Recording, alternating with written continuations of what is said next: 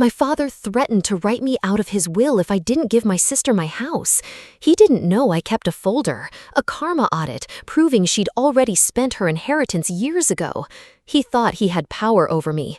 He was about to find out the truth.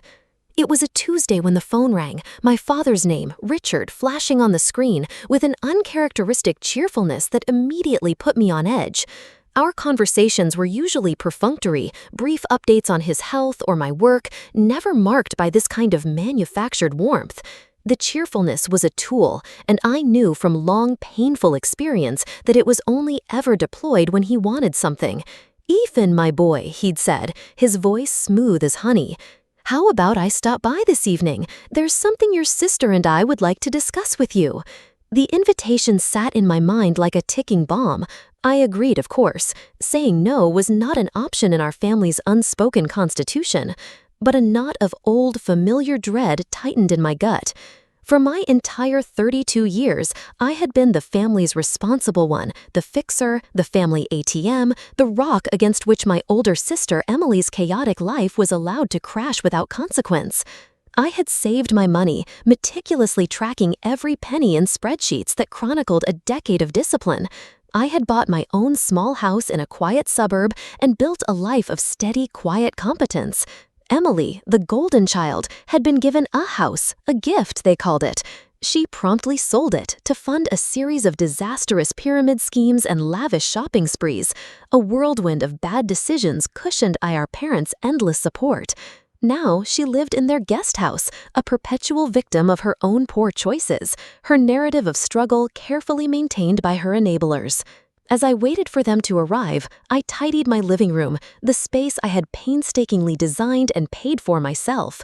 Every piece of furniture, every book on the shelf was a testament to years of quiet sacrifice. It was a physical manifestation of all the family vacations I'd missed, the cars I didn't buy, the risks I didn't take, all to build this small sanctuary. It was mine, the only thing in my life that felt truly and completely mine. I knew, with a certainty that chilled me to the bone, that they were not coming here to admire it. They were coming to take something. The doorbell rang precisely at 7, and when I opened it, they stood on my porch like a delegation of smiling vultures. My father, Richard, wore a look of paternal benevolence that didn't quite reach his eyes. Emily stood beside him, her arms already crossed in a posture of bored defiance, an entitled smirk playing on her lips. They were early. Of course they were. The family meeting wasn't supposed to be until tomorrow, but they had always operated on their own timeline, especially when the agenda was their own. Their punctuality wasn't a courtesy, it was a power move, a subtle reminder that my time was subject to their whim. The air grew thick with unspoken expectations as I led them inside. The scent of their expensive perfume, heavy and cloying, immediately began to battle with the simple, clean smell of my home. It felt like a contamination, a hostile presence seeping into the very walls. This wasn't a visit, it was an invasion. We sat in my living room, the space I had curated as my fortress of solitude, and it felt instantly contaminated by their presence.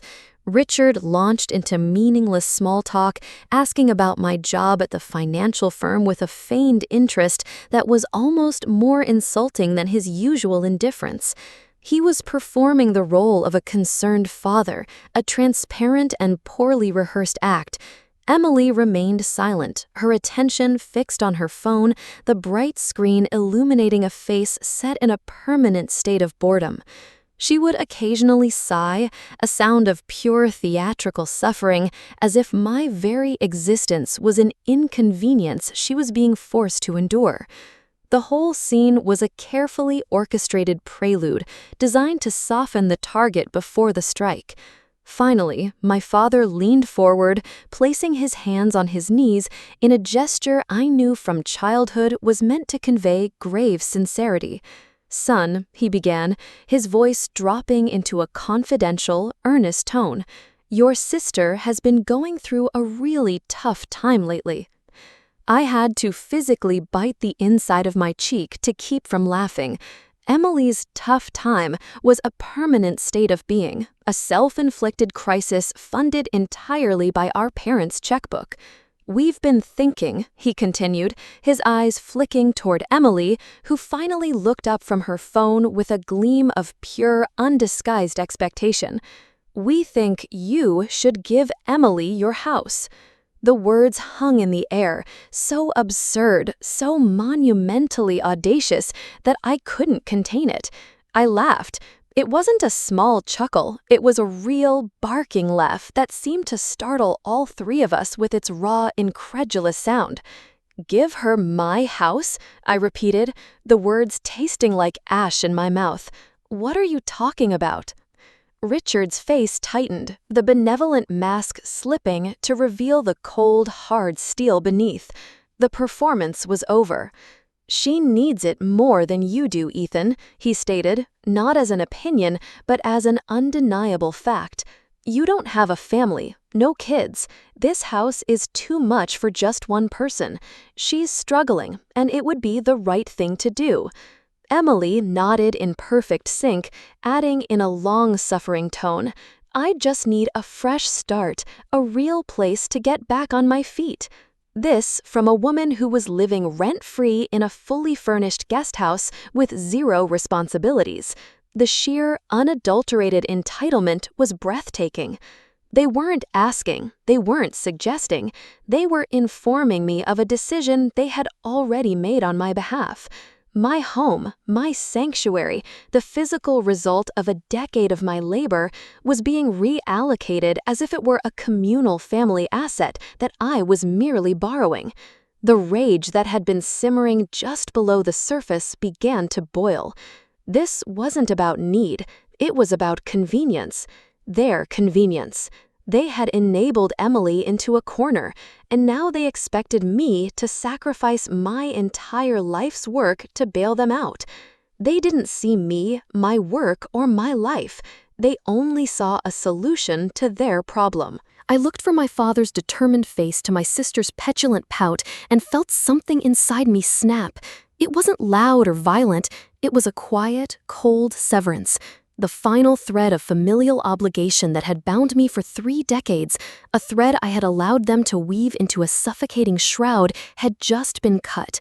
The emotional labor was over. The role of the good, compliant son was officially retired. "No," I said. The word was simple, solid, and utterly immovable. "Absolutely not." Richard's face flushed a deep, mottled red. The mask of the concerned father dissolved completely, revealing the tyrant beneath. "Watch your tone," he warned, his voice low and menacing. "She is your sister. You have a responsibility to help her." I stood up, the motion sharp and decisive. It felt like I was standing up for the first time in my life. "My responsibility?" I asked, my own voice dangerously calm, the rage now focused into a laser point of clarity. "I have a responsibility to pay my mortgage, to save for my retirement, to live the life I built for myself. Your responsibility, Dad, was to teach her how to be a self-sufficient adult. There's a difference." Emily scoffed, a sound of pure, unadulterated disdain. "Ugh, I knew you'd be selfish about this. It's always about you, your money, your things." That was when my father played what he thought was his trump card, the ultimate weapon in his arsenal of control. "If you don't do this," he said, his voice laced with the poison of absolute power, "don't expect to see a cent from me when I'm gone. I will cut you out of my will."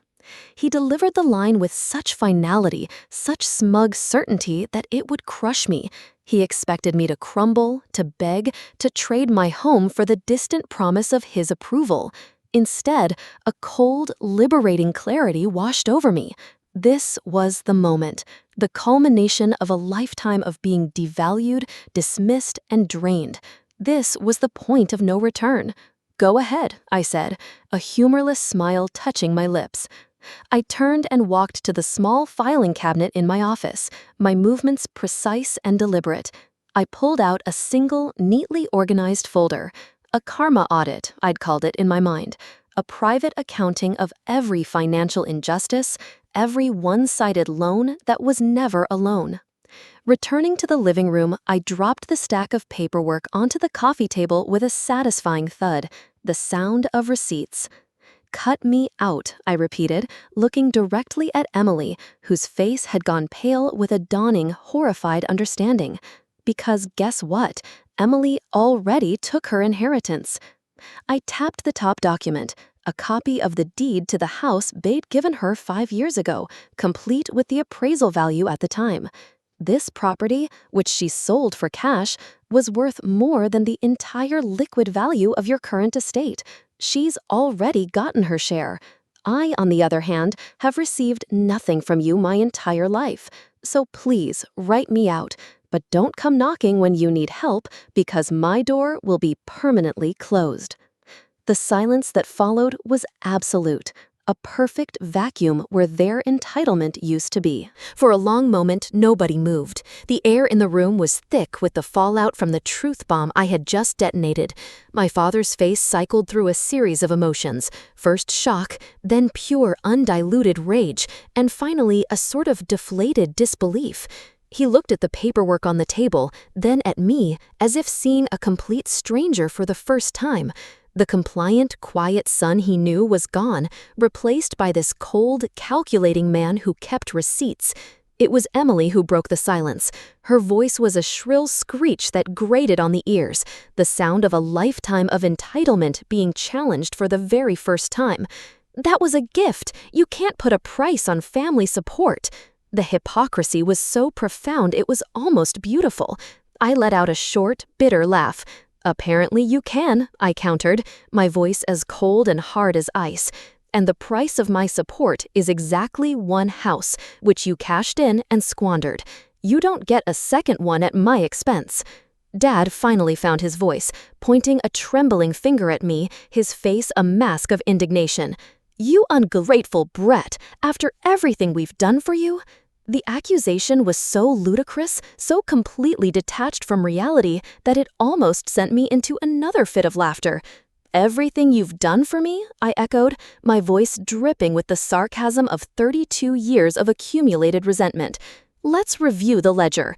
From where I'm standing, the only thing you've ever done is bend over backwards for the golden child while expecting me to just deal with it. I was the family ATM, the fixer, the reliable one you ignored until you needed something. That's not family, Dad. That's a transaction, and I'm closing my account. The metaphor, drawn from my own world of finance, seemed to land with more force than any emotional plea ever could. He understood numbers. He understood finality. The look on his face told me he knew the audit was complete. I stood up and walked to the front door, opening it wide into the evening air. This conversation is over. Get out of my house. His eyes widened, truly, genuinely shocked that I would dare to dismiss him, the patriarch, from my home. You can't be serious. Dead serious, I replied. This is my house. My name is on the deed. My money paid for it. And my rules say you're no longer welcome here. Emily, in a huff of theatrical outrage, grabbed her designer handbag, probably bought with Dad's money, and stormed out without another word, slamming the screen door behind her. Dad hesitated, his eyes searching my face for any sign of weakness, of the compliant son he had always known, the son who would eventually fold. He found none. Muttering something about me being a colossal disappointment, he finally followed her out. I shut the heavy oak door, the solid click of the deadbolt echoing in the sudden, profound quiet. It was the sound of a cage door closing, but for the first time, I was on the outside, finally free. I leaned my forehead against the cool wood, the adrenaline leaving me shaky but clear-headed. This wasn't the end. It was the declaration of war. A few days of blessed silence passed. I foolishly allowed myself to believe that my stand, backed by cold, hard facts, had been so definitive, so final, that they had accepted defeat. I went to work, came home to my quiet sanctuary, and for the first time in years, I started to breathe again. The air in my own home didn't feel heavy with expectation. I was wrong. The next phase of their attack didn't come with a dramatic confrontation or a tearful phone call. It came with a quiet, insidious probe, a sign that they were regrouping, re-strategizing. The call came from my realtor, a sharp, no-nonsense woman named Carol, who had helped me navigate the complexities of my first home purchase. She was my ally in that transaction, a member of my chosen professional family. "Ethan," she said, her voice tight with suspicion, "I just got a very strange inquiry about your property. A man identifying himself as your father, Richard, was asking about the title." My blood ran cold. He wanted to know if it was solely in your name or held under some kind of family ownership structure. Family ownership. The phrase was a legalistic phantom, a concept they were trying to will into existence through sheer entitlement.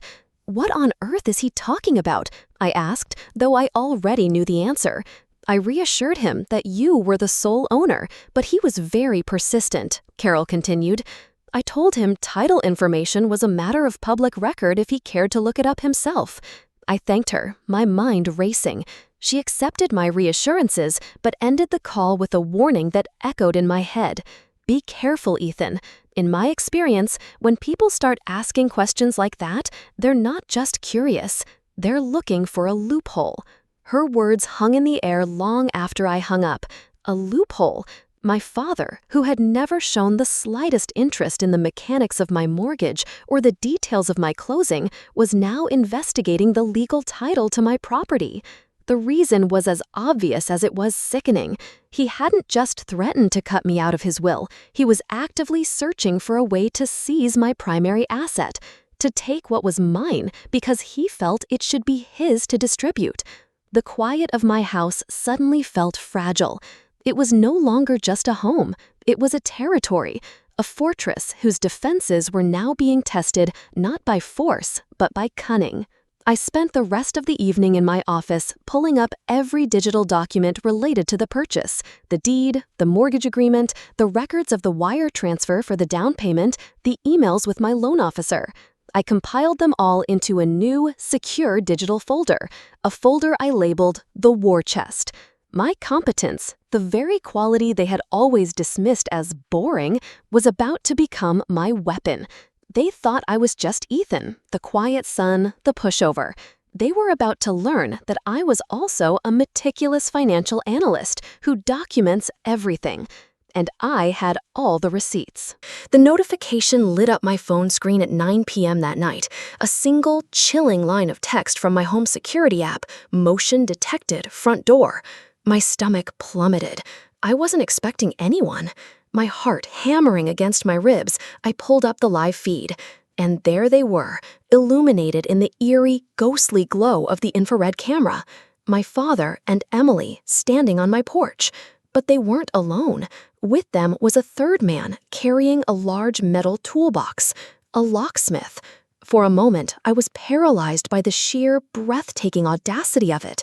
They were actually trying to break in, not with a crowbar in the dead of night, but with a false pretense of ownership, a lie wrapped in the veneer of legitimacy, right out in the open.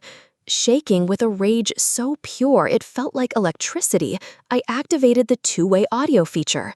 "Can I help you?" My voice, tinny and disembodied, shot out of the small speaker on the camera. The locksmith physically jumped, looking around wildly as if the voice had come from the heavens. My father, however, didn't even flinch. He simply glanced up at the camera, his expression one of pure, unadulterated arrogance. "We're just checking on a few things, son," he said, his tone condescendingly calm. "Don't make this more difficult than it needs to be." Emily stood behind him, smirking, that same look of smug victory she'd worn her entire life plastered on her face. "Checking what, exactly?" I demanded, my voice rising despite my efforts to control it. "With a locksmith?" The locksmith, now looking deeply uncomfortable, hesitated before speaking. Sir, they said they were the owners, that they lost their keys and needed the locks changed." They lost their keys. The lie was so simple, so effective. They were banking on the universal assumption that no one would question a distraught family trying to get into their own home. It was a calculated act of fraud, leveraging social norms to commit a crime. I felt a surge of white-hot fury. If I hadn't installed this camera system, if I hadn't been paying attention at this exact moment, what would I have come home to? An empty house? My belongings tossed on the curb? Them sitting in my living room, masters of a castle they had stolen? I disconnected the audio, my mind racing. This was no longer a family dispute. This was an active crime in progress. I grabbed my car keys, my movements swift and automatic, fueled by adrenaline. The time for talking through a speaker was over. It was time for a face-to-face confrontation on my property, with the law squarely on my side. The 10-minute drive home felt like an eternity. Every red light was a personal affront, every slow driver a willing conspirator in my father's audacious scheme. My hands were clamped so tightly around the steering wheel, my knuckles were white, ghosts against my skin. The initial shock, the hot flash of disbelief had burned away. It was replaced by a cold, crystalline rage. This was the point of no return. This was the moment that would redefine everything. On that drive, I replayed a lifetime of slights in my head, each one a perfectly laid stepping stone leading directly to this moment on my porch. I saw myself at 15, working a grueling summer job bagging groceries to buy my first car, a rusty but reliable sedan. That same summer, Emily was handed the keys to a brand new convertible for her 16th birthday, a reward for simply existing. I saw myself at 22, graduating from college with honors and a mountain of student debt, while Emily dropped out after a single semester of partying, our parents covering the lost tuition and her extravagant lifestyle without a word of complaint. I saw the down payment for the house she sold, a gift they called an investment in her future, while my own down payment was scraped together from a decade of frugal living and relentless work. They had never seen my discipline as a virtue. They saw it as a resource. My stability wasn't a personal achievement to be celebrated. It was their safety net, their emergency fund. And now that their primary investment, their golden child, had proven to be a catastrophic failure, they were attempting a hostile takeover of my assets to cover their losses. The thought was so clear, so perfectly framed in the cold, hard language of my profession that it calmed the chaotic rage and focused it into a sharp, gleaming point. I wasn't just a wronged son anymore. I was a shareholder defending my holdings from a fraudulent board of directors. I was the CEO of my own life, and they were attempting a coup. By the time I turned onto my street, my emotional turmoil had settled into a steely, quiet resolve. I saw the locksmith's van parked at the curb, an unwelcome monument to their trespass. When I pulled into my driveway, the headlights sweeping across the three of them standing on my porch like actors on a stage, I felt like a general arriving at a battlefield of his own choosing. They had brought the war to my home. I was going to end it. Here. Tonight. I killed the engine and stepped out of the car, leaving the driver's side door ajar in a way that felt both casual and menacing. The locksmith took one look at my face and immediately took a half step back from the door, his drill held awkwardly at his side like a useless prop. He knew. In that instant, he knew he'd been caught in a lie. My father and Emily, however, stood their ground, their expressions hardening into a mask of defiant indignation. "Ethan," my father began, his voice taking on a wounded paternal tone that was meant to immediately cast me as the aggressor. "This is a gross overreaction." "Is it?" I shot back, walking purposefully up the path, my footsteps echoing in the quiet night. "From where I'm standing, you hired a man to break into my house. This seems like a pretty proportional reaction to me." I stopped directly in front of the locksmith, pointedly ignoring my family for a moment, making it clear who held the immediate power in this situation. "You don't live here," I said to him, my voice dangerously low and steady, "and you sure as hell don't own this house. Did you ask for a single piece of identification, any proof of ownership before you prepared to drill into a private citizen's home?" The locksmith, a young man who now looked utterly terrified, shook his head mutely. It was he who finally stammered, clearly trying to regain some semblance of professional control. "Sir, do you have proof of ownership?" A bitter, humorless smile touched my lips. He had no idea what world he had just stumbled into. This was my world, the world of documentation, of proof, of receipts, the world where facts crush feelings. As a matter of fact, I do. I pulled out my phone, my fingers flying across the screen with practiced ease. I didn't need to search through a messy camera roll of vacation photos. I had a secured folder, encrypted and cloud-backed, labeled Property, Primary Residence. With a few taps, I pulled up the notarized deed, the title certificate, and the final closing statement from the sale, all pristine, undeniable PDFs. I held the illuminated screen up to his face. This is my name on the title, not his, not hers, mine. The mortgage is in my name. The homeowner's insurance is in my name. Every single legal and financial tie to this property begins and ends with me. I let him absorb that for a second before swiping to the security camera footage from 5 minutes prior. And this, I said, my voice dropping even lower, is you about to commit felony breaking and entering on my behalf. Do you have anything to say for yourself? The locksmith's face went white as a sheet. He looked from my phone to my father, who was now completely silent, the realization dawning that his emotional bluff had just been called by an irrefutable digital royal flush. This was my weaponized competence in action, and it was far more powerful than any shouting match could ever be. Emily, ever the golden child, was always the first to recover. Seeing her father falter, seeing his power momentarily checked, she stepped forward to reclaim it for him. Her voice, dripping with the indignation only someone who has never been told no can truly muster, cut through the night air. "Dad, let's just call the cops. He can't just kick us out of our own house." The absurdity of her statement, the sheer delusional ownership in her tone was so profound that I laughed again. It was a full-throated, genuine laugh of disbelief that echoed off the houses around us. "Our house?" I wheezed, bending over slightly to catch my breath. "You really believe that, don't you? You've been so coddled your entire life, so insulated from reality, that you actually think you can just claim things and they magically become yours?" She shrugged, a gesture of pure, unadulterated entitlement that spoke volumes. Dad said it was still technically the family's. And there it was, the core of their delusion, the rotten, foundational belief of their entire worldview laid bare on my front porch.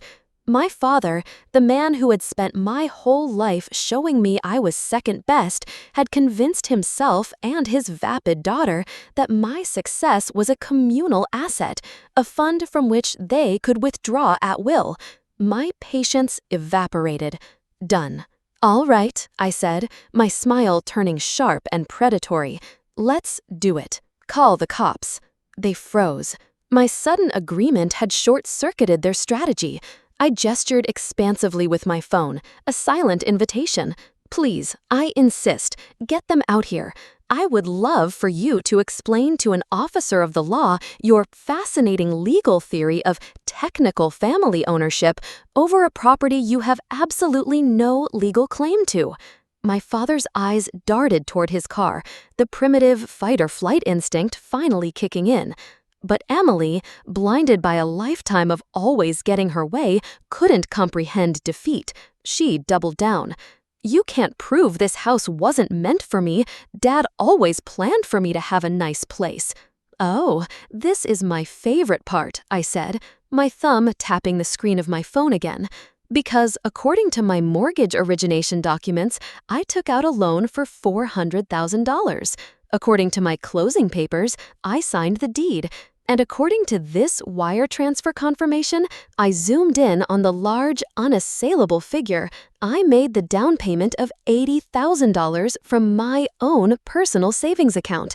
Not you, not Dad, me." Emily's mouth snapped shut. The flow of words, for once, had stopped. "So please," I continued, my voice dropping to a near whisper, a tone of mock confidentiality, "call the police. I've got a folder full of evidence ready for them. It's titled Attempted Fraud, Richard and Emily. I'm sure they'll find it absolutely fascinating. Checkmate. My father grabbed Emily's arm, his face a mask of grim, utter defeat. Let's go. Emily resisted for a second, her mind unable to process the system failure, but he hissed, "Now." They stormed off, a pathetic, disorganized retreat, leaving me standing victorious on the battlefield of my own front lawn. As my father's car screeched away from the curb, a plume of exhaust fumes marking their hasty retreat, I turned my attention to the remaining combatant. The locksmith was frantically trying to pack his tools, a man desperate to flee a scene that had spiraled far beyond a simple lost key job. "Not so fast," I called out, my voice carrying easily in the quiet street.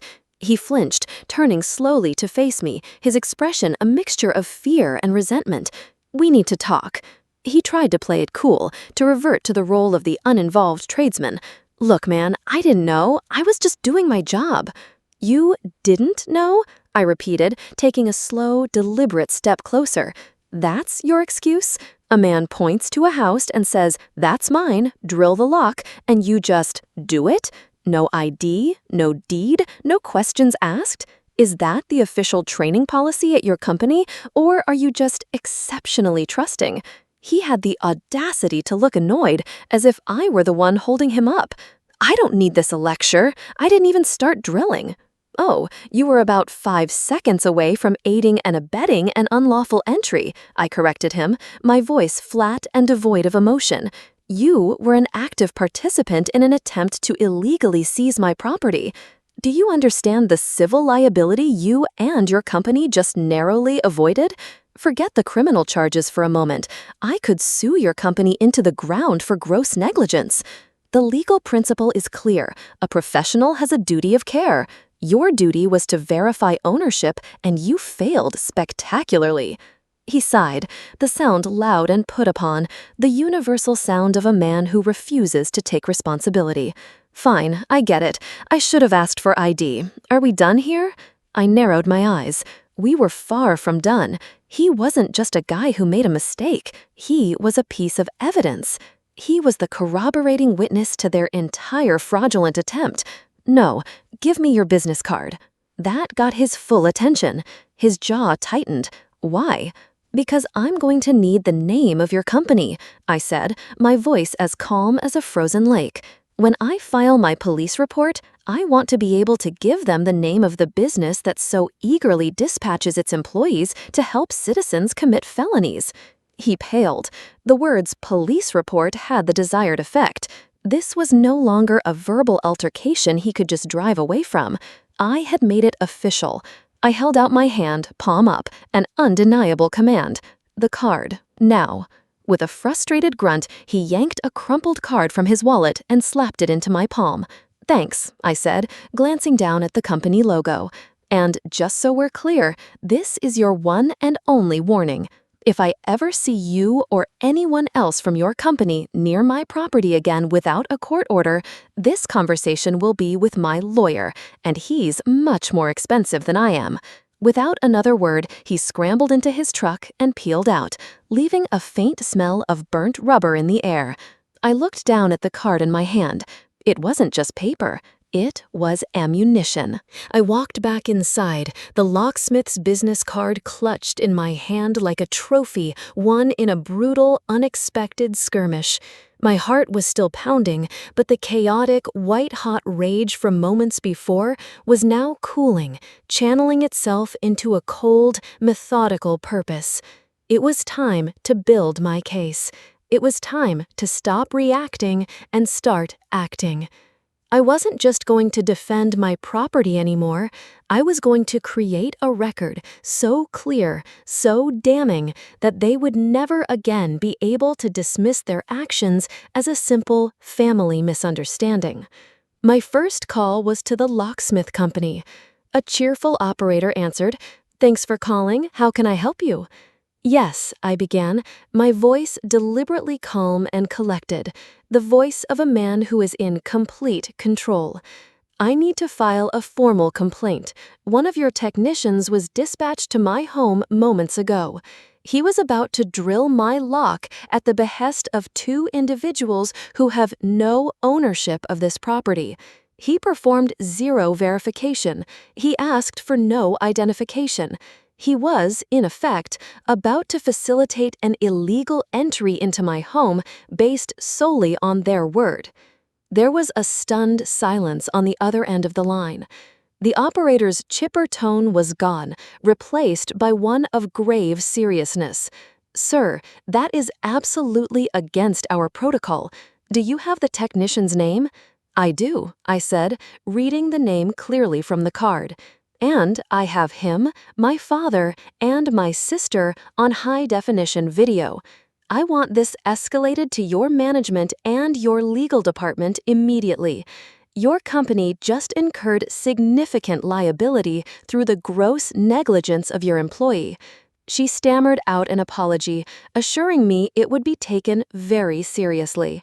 "It had better be," I finished, my voice like ice, "because my next call is to my attorney.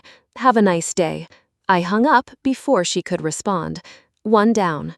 Next, I sat down at my desk and composed an email to my father and Emily. It was short, brutally efficient, and to the point. The subject line was clear: formal notification, unlawful entry at on. The body of the email was simple, stripped of all emotion, and reduced to pure legalistic fact.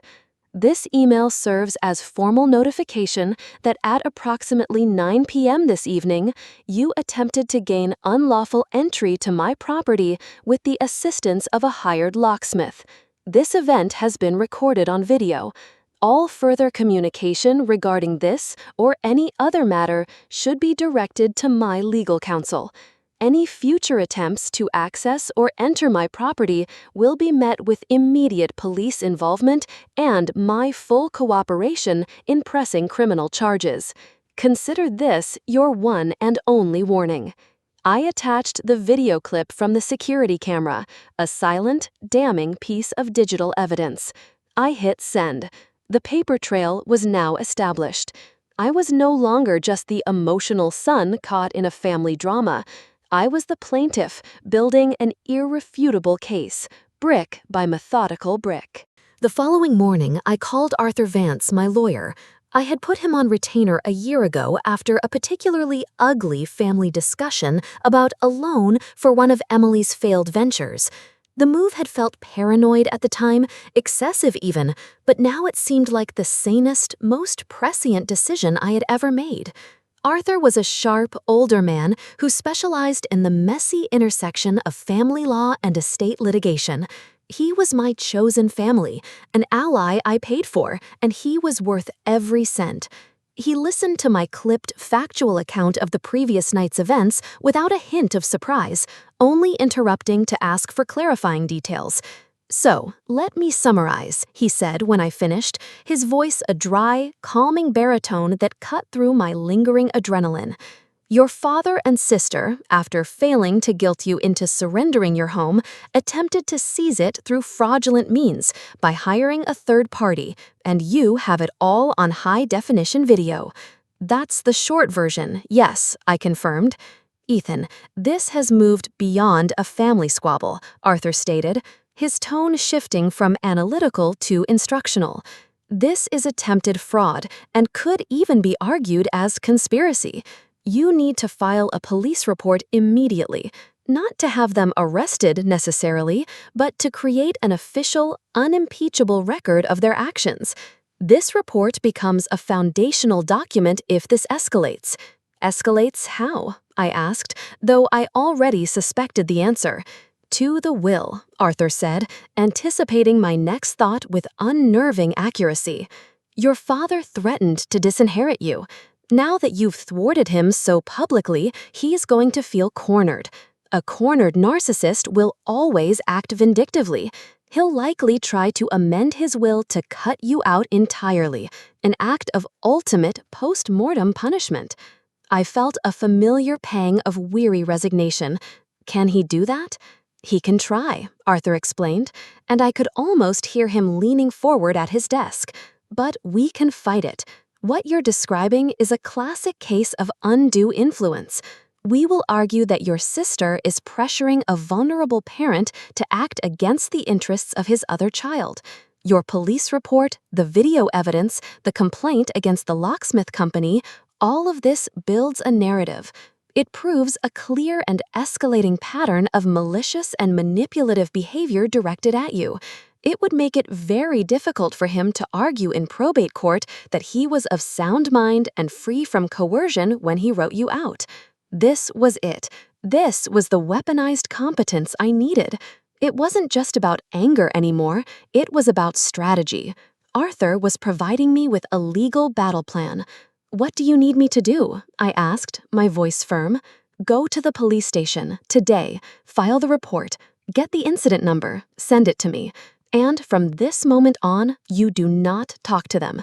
You do not text them. All communication goes through me. We are building a wall around you, Ethan, a wall made of paper, and it will be impenetrable." I hung up the phone feeling a surge of power I hadn't felt before. I was no longer just reacting to their chaos, I was executing a plan. I walked into the local police precinct that afternoon, the locksmith's card and a USB drive containing the video feeling heavy and significant in my pocket.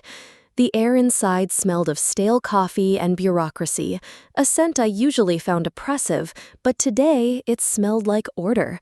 Approaching the front desk, I felt a strange sense of calm resolve.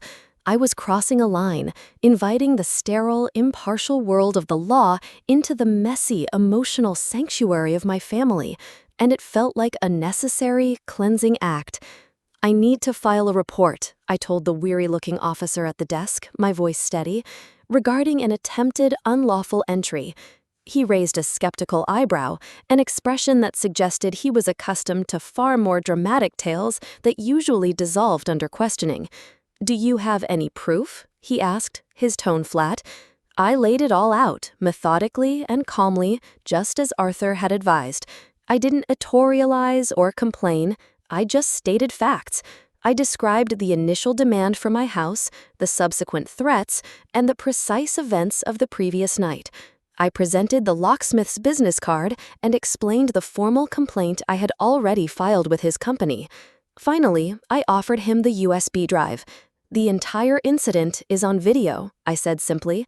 The officer plugged the drive into his computer, his expression shifting from boredom to focused interest as the footage played. He saw my father stand by, a silent commander. He saw the locksmith prep his tools. He heard my disembodied voice challenge them from the camera. He rewound it and watched it again, his brow furrowed. "Yeah," he said, nodding slowly as he turned back to me. "That's a textbook unlawful entry attempt. You're the sole legal owner of the property?"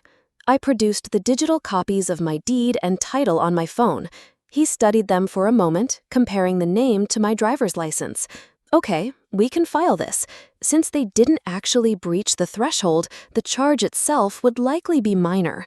But what matters for you is the report itself. It creates a documented history." That was exactly what Arthur had said. This wasn't about punishment. It was about creating a permanent, undeniable record. It was about turning their actions from a he-said, she-said family drama into a cold, hard fact, memorialized in a government database. I spent the next 30 minutes signing forms and giving a formal sworn statement. When I was done, the officer handed me a slip of paper with a case number on it. "Here's your incident report number," he said, his tone now one of professional courtesy. "If they so much as set foot on your lawn again, you call 911 and give the dispatcher this number. They'll be treated as repeat offenders." I walked out of the station and into the bright afternoon sunlight, feeling as though a great invisible weight had been lifted from my shoulders. That number in my hand wasn't just a string of digits, it was a shield. It was the law, codified and official, standing between me and them. I immediately took a picture of the slip and texted it to Arthur with a simple, powerful message. "It's done." The fallout was immediate. My phone, which had been blissfully silent under the protective shield of my lawyer's decree, suddenly erupted. The first message was from Emily, a string of furious, misspelled all-caps words that practically screamed off the screen. "You called the police on Dad? What is wrong with you?" I stared at the screen, a small, wry smile touching my lips. The sheer galactic-level lack of self-awareness was astounding. They attempt to steal my house through fraud, and I'm the one with something wrong with me? I took a deep breath, centered myself, and typed back a cool, factual response, channeling Arthur's detached professionalism. He attempted to illegally enter my home. Actions have consequences. There is now a police report on file. Her response was a cascade of narcissistic rage, the digital equivalent of a temper tantrum. "Oh my God, you are so dramatic. You know Dad just wanted what was best for the family." I was done playing her game. I refused to engage with her twisted definition of family, a word she used as a cudgel to get what she wanted. "Dad wanted what was best for you," I typed back, my thumbs moving with cold precision. "He thought he could steal my home to solve your problems, and you were happy to let him. Now there is an official record of that attempt. If you try it again, I will press charges." The 3 dots indicating she was typing appeared, disappeared, and then appeared again. She was clearly struggling to formulate a response that didn't openly admit to the conspiracy. Finally, a single petulant sentence came through. "You'll regret this." I laughed out loud. The threat was so impotent, so childish, it was almost pitiable. Next came the text from my father. It was more composed, but it dripped with the same venomous entitlement. "I have just been informed of your disgusting and disrespectful actions. I don't know what you're trying to pull, but I will not let you ruin this family over a simple misunderstanding." The gaslighting was so predictable it was boring. I didn't even hesitate. "It wasn't a misunderstanding, Dad. It was attempted fraud. I have you on video. The police have the video. My lawyer has the video. The next time you see my house, it will be from the street." A few minutes passed in silence. Then the final, predictable threat landed, the last arrow in his quiver. "You have crossed a line. Don't expect anything from me, ever again." This was it, the will, his last-ditch effort to exert control from beyond the grave. But thanks to Arthur, I was ready for it. This wasn't a threat anymore. It was simply the next move in a chess game, and I was already 2 steps ahead. He thought he was delivering a killing blow. In reality, he was just walking into my trap. The text from my father confirmed it. The war for the house was over, and the war for the will had begun. I immediately called Arthur. "He did it," I said, without preamble the moment he answered. "He just threatened to disinherit me again." "As expected," Arthur replied, his voice a calm anchor in my storm. "This is the classic reaction of a narcissist who has lost control. He can no longer take your present, so he will try to take your future. We need to act preemptively." "What does that mean?" I asked, pacing the length of my living room, my sanctuary that now felt like a war room. "It means we prepare our case now. If he alters his will, we will be ready to contest it the moment it enters probate. Our argument will be twofold. First, undue influence from your sister, for which we have already established a clear and escalating pattern. Second, and this is crucial, is the question of his testamentary capacity." "His what?"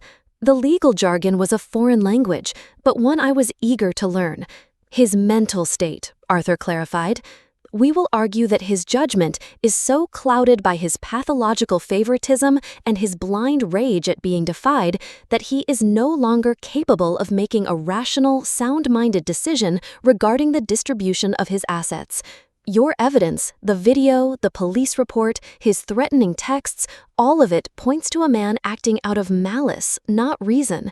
A judge will look at that very, very carefully." He then introduced another legal concept, another weapon for my arsenal. "There's also a potential civil suit we could file, though it's a complex one. Tortious interference with an expected inheritance. Essentially, we could sue your sister for wrongfully manipulating your father to deprive you of your inheritance. it's a hard case to win, but the threat of it alone, the threat of legal discovery and depositions, can be a powerful deterrent.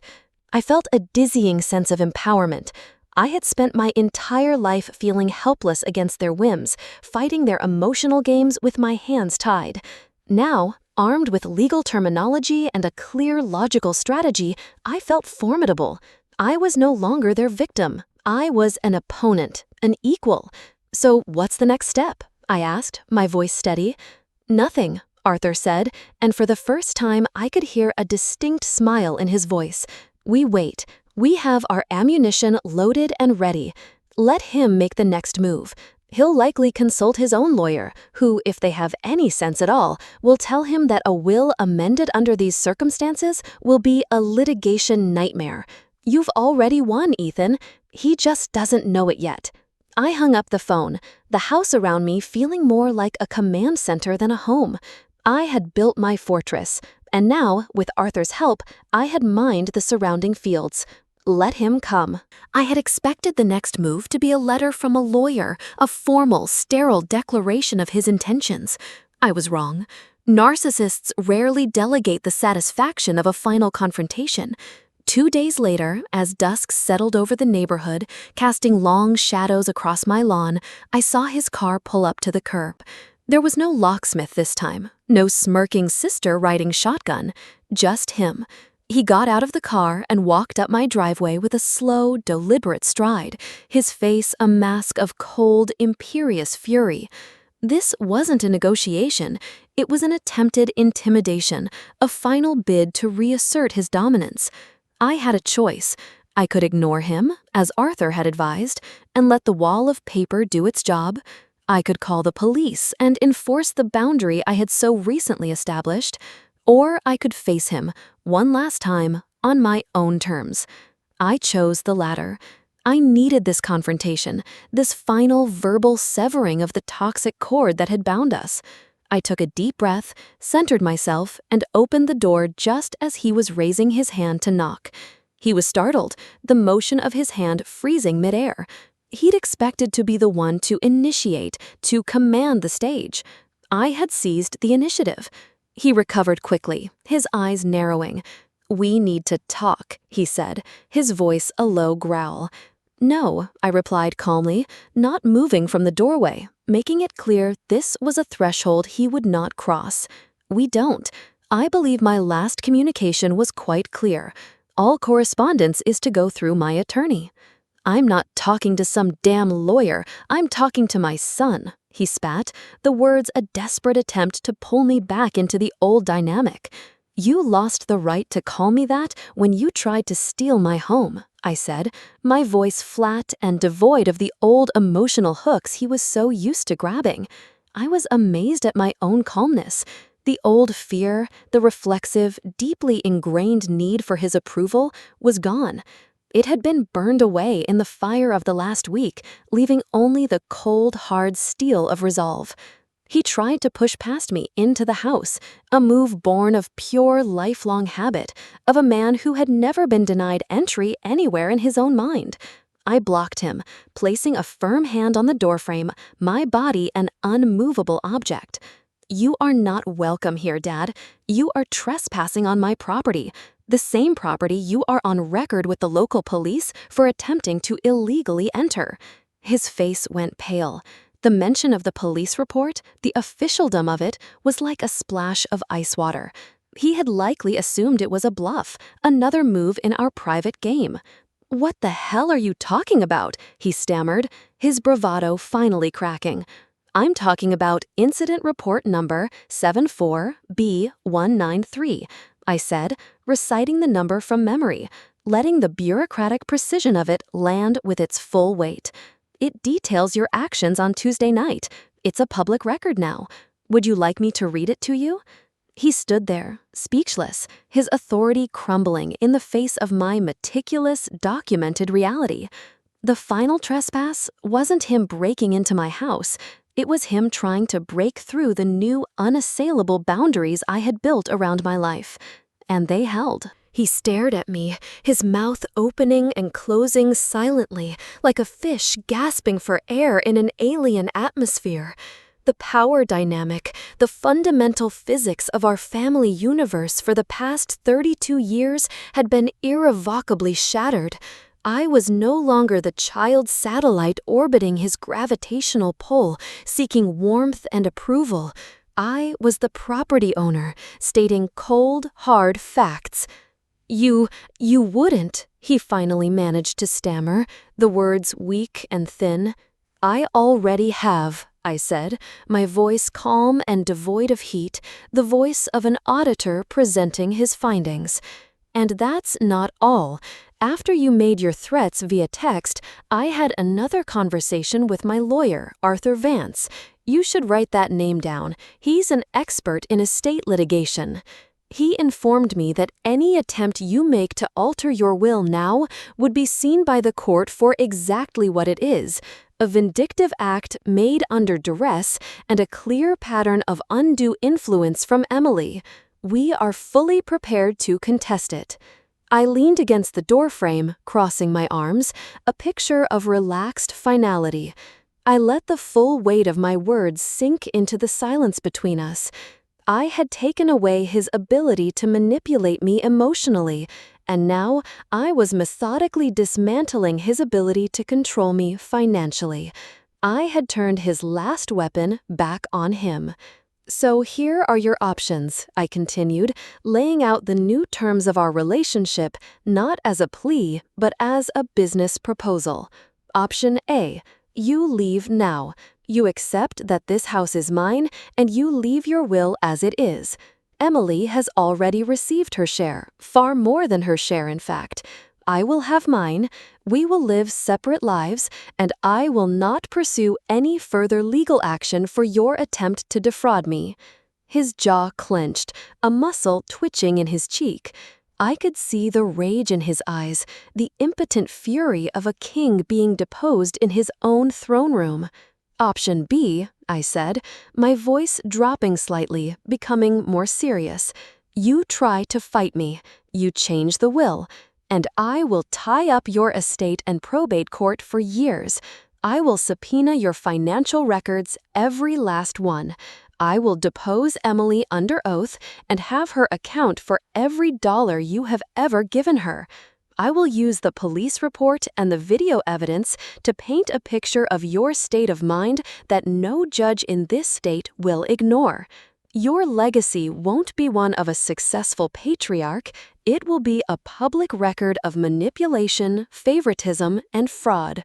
I paused, letting him absorb the full, devastating reality of his checkmate. "I am no longer the fixer for this family's problems," I said, my voice clear and steady. "From now on, I am the architect of its consequences. Your choice." He stood there on my porch for a long, silent minute, the sounds of the quiet evening settling around us. The mask of the powerful, commanding father was gone, flaked away to reveal the bitter, defeated old man underneath. Without another word, he turned and walked back to his car, his shoulders slumped, not with sadness, but with the heavy weight of absolute defeat. The war was over. I had won. I closed the door, the click of the lock sounding final and absolute. I didn't watch him drive away. He was already a ghost, part of a past I was determined to leave behind. I walked through my quiet house, my house, and let my fingers trail across the solid wood of the dining table, running my hand along the cool, smooth surface of the granite kitchen counter. This wasn't just wood and stone. This was proof, tangible, irrefutable proof that I could build something on my own, protect it, and thrive, not just in spite of them, but entirely without them. My phone buzzed on the counter, and for a half-second, my old conditioning kicked in, a jolt of anxiety. But it wasn't them. It was a text from Arthur.